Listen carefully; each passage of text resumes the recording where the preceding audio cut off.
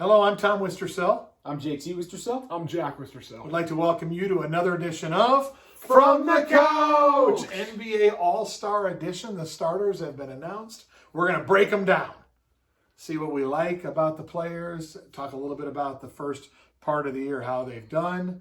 We're going to each at the end come up with somebody that we thought got snubbed, that should have started, and so then we'll be ready for future discussion on the All-Stars. But we're talking about the starters tonight. We're going to first tackle the Eastern Conference. We're going to start with JT.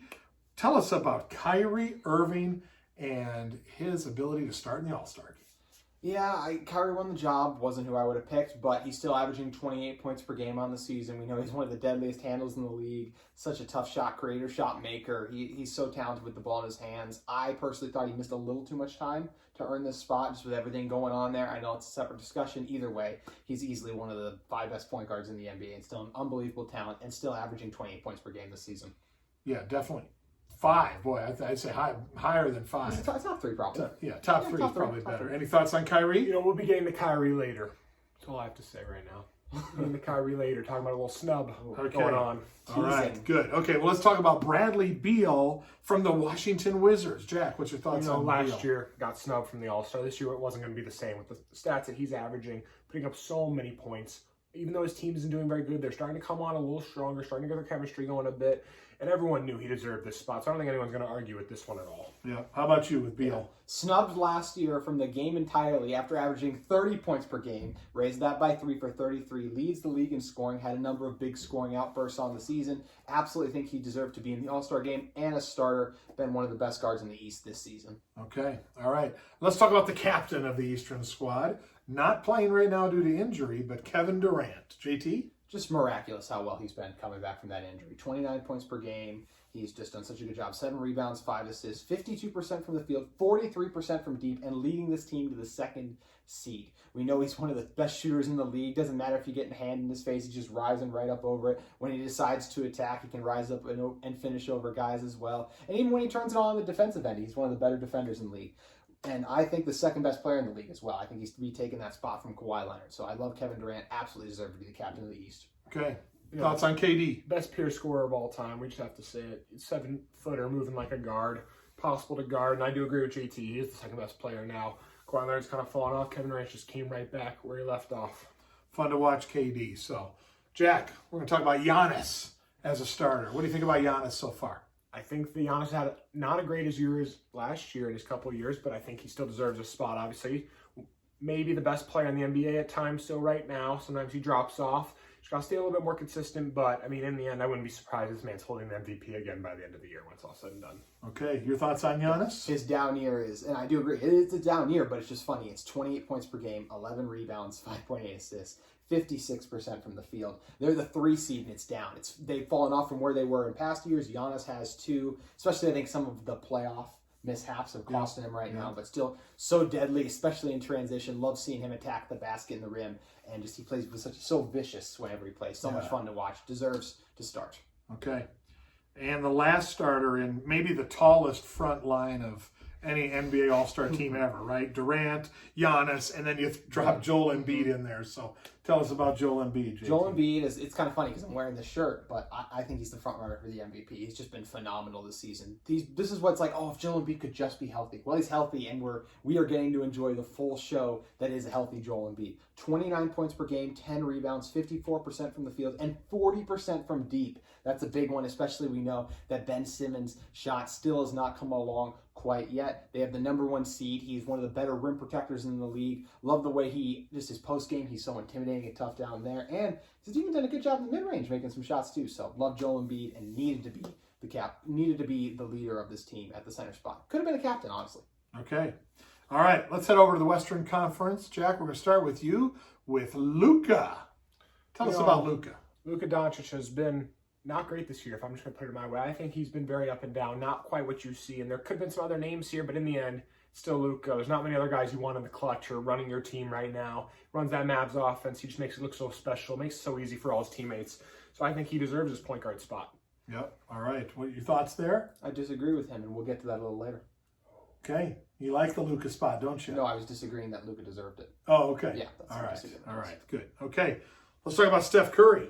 Does he deserve it, JT? Oh, absolutely. Another guy who's come back from injury phenomenally. 30 points per game, 5 rebounds, 5.9 assists, 43% from deep, 49.9% from the field. So he's just that barely inch off from making the 50-40-90 club. He's just unbelievable, but I'll let Jack talk a little bit more about his game specifically with the ability just to hit all kinds of threes. Yeah. Thoughts on Curry?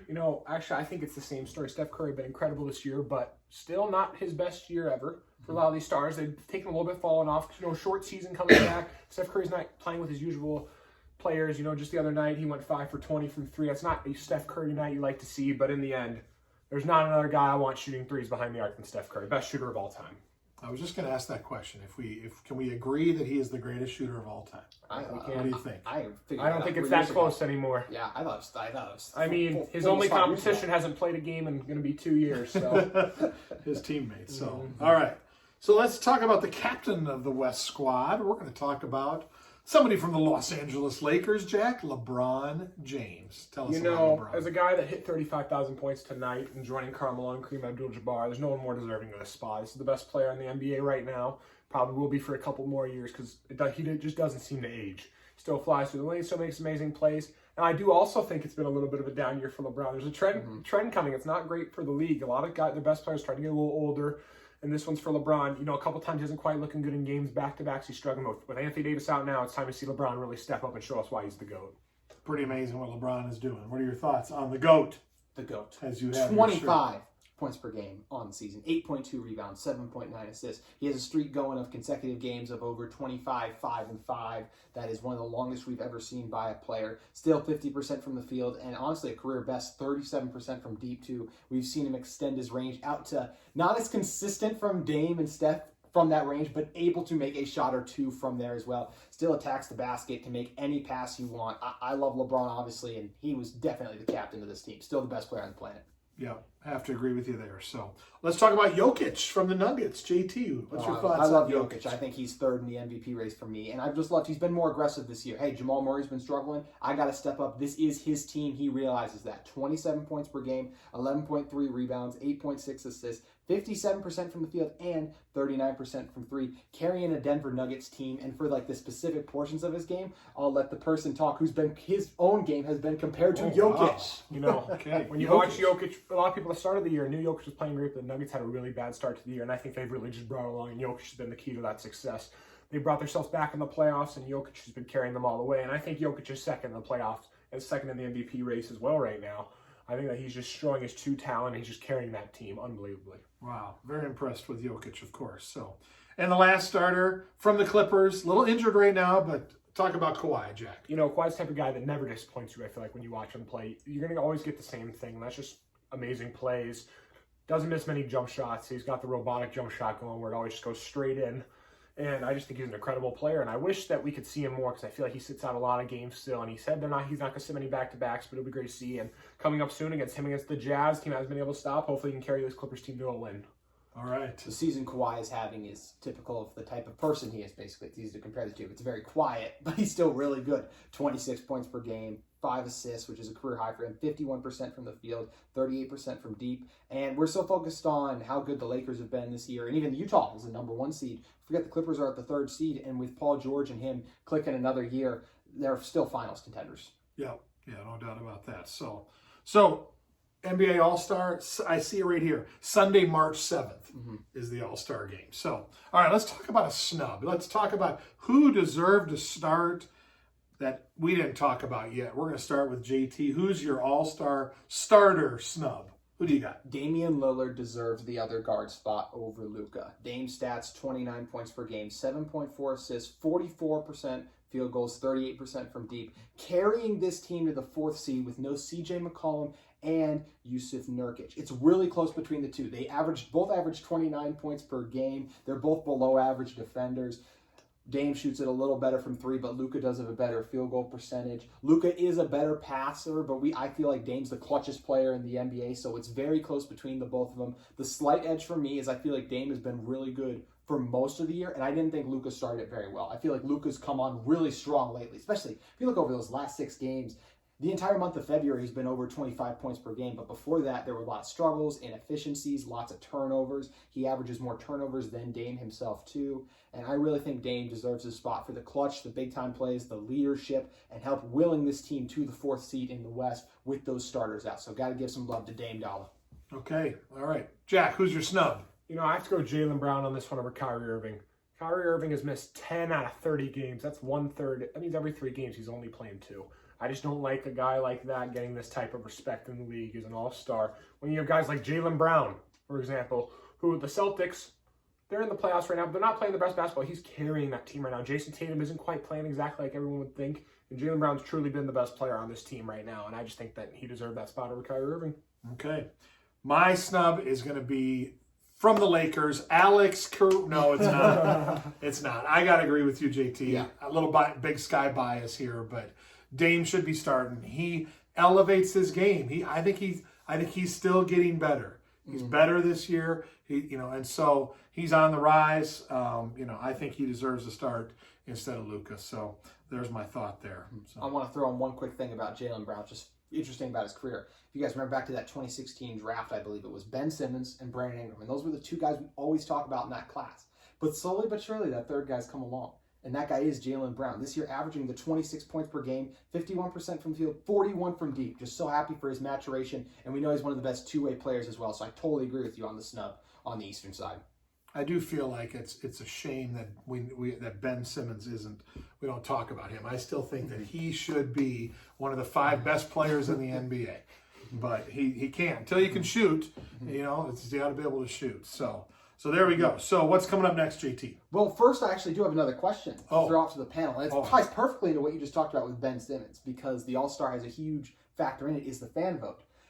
Fans voted for Derrick Rose to be in the All-Star game more than Ben Simmons. Ben Simmons is one of the guys, the second catalyst for the number 1 seeded team, and he still doesn't get the respect he deserves. So my question is, do you guys like the format of the All-Star voting process for the starters? And let me explain how it works. Along with the fan vote, that's 50%. Fan vote is 50% determines the starters. And then the other 50 is split between the media and current NBA players. So 25, 25, 50, divvied up that way. What do you guys think about that format? So is it disrespect to Ben Simmons or respect for Derrick Rose is the real question we're asking. Derrick Rose has started to play very well. He's obviously not an all-star starter, but I'm saying there's a lot of fans that like Derrick Rose a lot more than Ben Simmons. Yes. So it's not that surprising to me that the fan voting goes Derrick Rose over Ben Simmons. Alex Caruso beats out so many guards in the NBA every single year. Yes. Last year there was a huge thing going on about Taco Fall and Alex Caruso leading in some of the sections. I mean, that doesn't even make sense. So I think the fan voting is a great part. A lot of people like to mess around with it. That's why they have that other 50%, to make sure that type of stuff doesn't happen. So I do think that it's more disrespect to Ben Simmons and respect for Derrick Rose, but in the end, the fans just like Derrick Rose more than Ben Simmons. Mm-hmm. What do you think? You got to keep the fans involved. Yeah. Fans are the league. So, making the All-Star game is great, but you know what? This is about the fans. So we got to go from there. So. Fan involvement is crucial. It just creates so much excitement, and the players and media can try to balance it out. Sometimes it works, sometimes it doesn't. Luka and Dame actually tied amongst the categories, and because the fan vote won out, that is how Luka got the edge. So just an interesting talking point we'll be going into. But just to tease next time, we will be doing, me and Jack will be back next week, and with you hosting, obviously, we will be doing, just in case, didn't want you to be left out. There we go. And we'll be predicting who the final reserve spots will be, who we think deserves to be in those final 7 spots in each conference. Okay. Don't be surprised to see an Alex Caruso appearance coming up. You might need to bring the headband out here. So Anthony Edwards playing strong lately. There you go. Well, good. Well, we hope you enjoyed another edition of our favorite show, and we'll look forward to seeing you next time on another edition of From the Couch. We'll see you next time.